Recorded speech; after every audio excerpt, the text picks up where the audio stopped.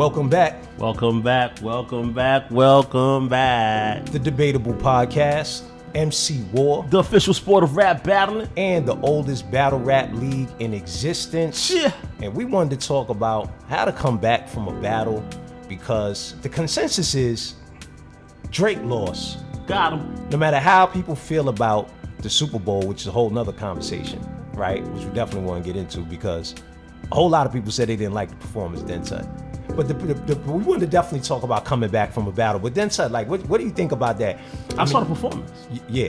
You like I said, you actually, I was telling you just a second ago, you actually have this white actor, World Star posted it. He said that the performance was ghetto.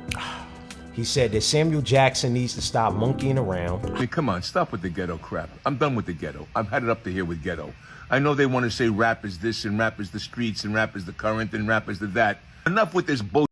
Who in the NFL hired this act? And Sam Jackson monkeying around. Whatever that means, because it's like, come on, man. Y'all could come with the double meanings, but when Kendrick Lamar comes with the double meanings inside of the performance, it's a problem. The stadium. Yeah, because people were like, oh, it's too deep. It was too deep. I mean, I'll take it like a Ghostface Killah song. Even now, your man West Side Gun, being that he got the style now, it's like you want to play it multiple times just so you can try to figure it out. Exactly. And so what happens now is you want to watch it multiple times so you can try to figure it out, because not only are your commentators are digging in, but you got your influencers that's also digging in, looking at the jacket that he got on. That's the name of his mother, Gloria. Right. You follow what I'm saying? Which is I didn't know that. I didn't know that. Which is another symbolic meaning of glory. You follow what I'm saying? Right. Dealing with the United States of America. Then you had the dancers, a flag of distress, because the country is in distress. Right. So on and on and on that way. You follow what I'm saying? The A minor chain that he had on. Right. You know what I mean? It's Yeah. It's like, and then killed that too. So it's like when you look into the way he put on for 2024 going into 2025. Right.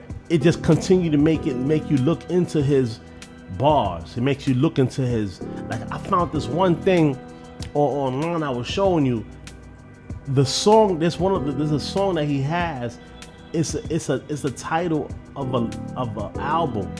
For all there's like every word is a title of an album. That was crazy. I'm like, that was crazy. Nuts. Yeah. Like if that was one of the songs he performed at the Super Bowl. Exactly. Right. I'm sorry, I can't remember which song it is. It might have been Monster. It might have been. No, it wasn't Monster.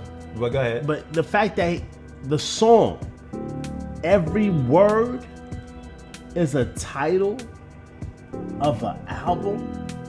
Blueprint was in there. Jay-Z. He had another.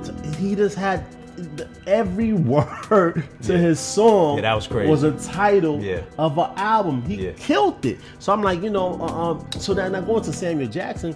Samuel Jackson played his role from Django. You know what I'm saying? Like, right. He played the house. He played the house Negro as y'all would like him to, but then in him playing the house Negro within the Super Bowl is showing you how the meaning of a house Negro is really to hold us down. You want us to conform. Right. So in conforming. Facts. Right? Facts.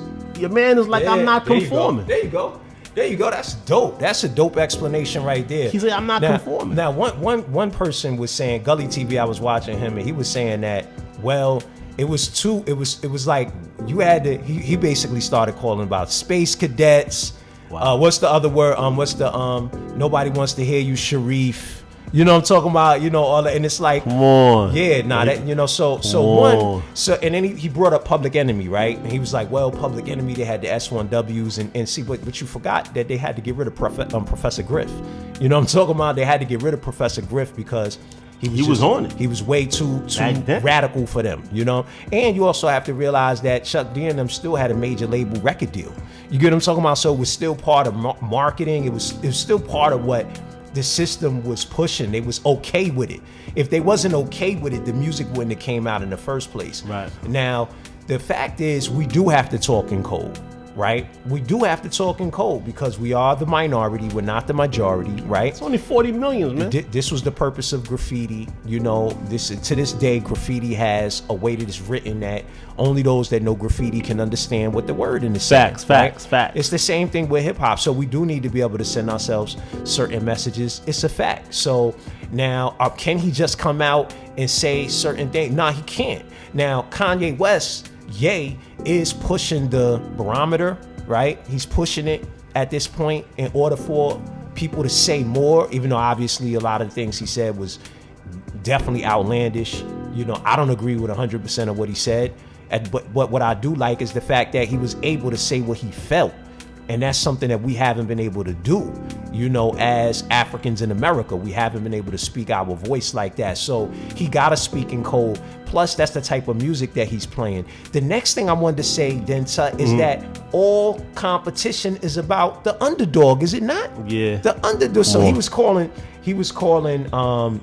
saying, which was I thought was dope. He was like, yo, Kendrick Lamar's underground. He's an underground rapper. Let's get it right. And I'm like, yo, that's what's up. You know, because for the underground, the people that love lyricism, right? Right. This is a win for that. For people that love lyricism, this was a win for lyricism, man. Mm-hmm. So just because you might not have been, because there's different types of, just like there's different types of comedy, there's different types of lyricism. I mean, yeah, different types of MCing. Yeah, I mean, you know, right now, Drake's gonna do whatever he can in order to come back. He had this new song, Give Me a Hug. Right. You know what I'm saying? They're gonna be pushing that and everything else. But like, what they're gonna be looking at is, okay, how many meanings does it have? Like Kendrick, they're gonna always compare you to Kendrick. You know, my man, you're good music. You make great music. You follow what I'm saying? But maybe you might be like, okay, this time around you might be like, you know what, I'm not doing no beefs. I'm just going to continue to make party music, and know that now you know your lane. When it comes to rap beef, I'm gonna leave it alone because I tried it and it didn't work. Not only did not work, you know, it became a nightmare. Yeah, it was you bad. follow what I'm saying? For me. Bad. So now I'm just gonna stick to making music and keep the party lit. And I ain't even going to worry about it. You know what I'm saying? Like, you know, I'm going to stay away from rap beef. I'm just going to keep the party lit. Right. So, you know. Now, the unfortunate thing is that a lot of rappers never made it back. They never came back. But let me end the thought on the Kendrick Lamar situation. Okay. So we talked about the division of whether people liked his performance or not, right? Mm-hmm. You know, at the end of the day, that's how we have to speak. We got to speak in code. That's all his whole MCing style is about, you digging through his lyrics and trying to understand what he's saying. So of course the show is going to emulate that too. Right. And it was a win for all the lyricists, MCs, battle rappers. And I also want to say that we love the underdog, right or wrong, whether it's, you know, the football, the team that you didn't expect, the Sweet 16, NCAA basketball, the team that you didn't expect to win the championship. Come on, right now the Knicks the underdog right now. Kendrick Lamar represents that for hip hop. What is he saying?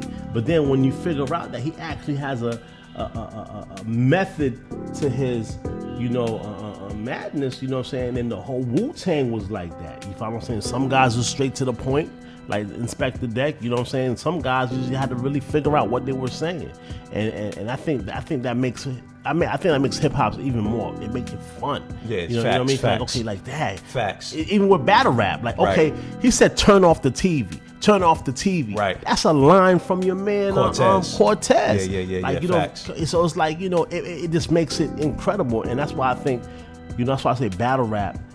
The rappers are the most genius, smartest people on the planet. You know what I mean? And it's proving it right now. 5 Grammys. Right. You follow what I'm saying? 133 million views. Right. He did. He just topped Drake as the #1 streaming artist, or he's streaming more. I think it was like 88 million monthly listeners. So he just topped that as well. He did 8 million views. He was at 8 million views in 7 hours. I remember 7 that. hours, man. That's like or less than that, something like that. That's incredible. Crazy. Yeah, it definitely was. It's incredible. Yeah. So for people that's hating, you're supposed to hate. Yeah.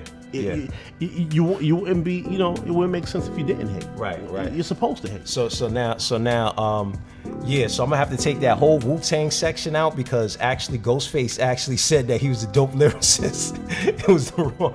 Yeah, but either way, we had Mos Def talk about him, but either which way, the point is he's lost the battle. Kendrick Lamar won the battle, right? Now, in history, this has not been a good thing, because we trying to think of rappers that came back from losing the battle like that, right? Okay. And the only ones that I can think of is LL Cool J. Now, the question is, a lot of people don't think LL Cool J lost that battle. With who? With Canibus. Nah. He didn't? Come on, he killed him. He took off the mic off his mind. Who? Canibus killed? I'm trying to figure out who you saying killed who? LL killed Canibus. Oh man, I feel to this day, I feel like the song Second Round Knockout was better than anything LL put out. Debatable. Yeah, that's debatable, man.